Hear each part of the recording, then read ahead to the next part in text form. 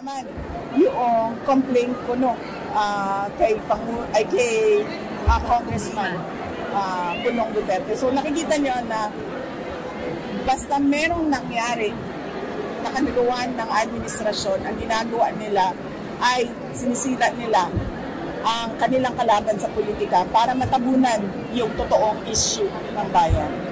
Next question, does the President know about this already? I mean, si President Duterte, does he know about this new issue sa inyo about the Congressman Pulong na pang-atake sa inyo family? Hindi ko alam kasi hindi kami nagkausap pa ni Pangulong Duterte at hindi din kami nagkausap ni Congressman Pulong.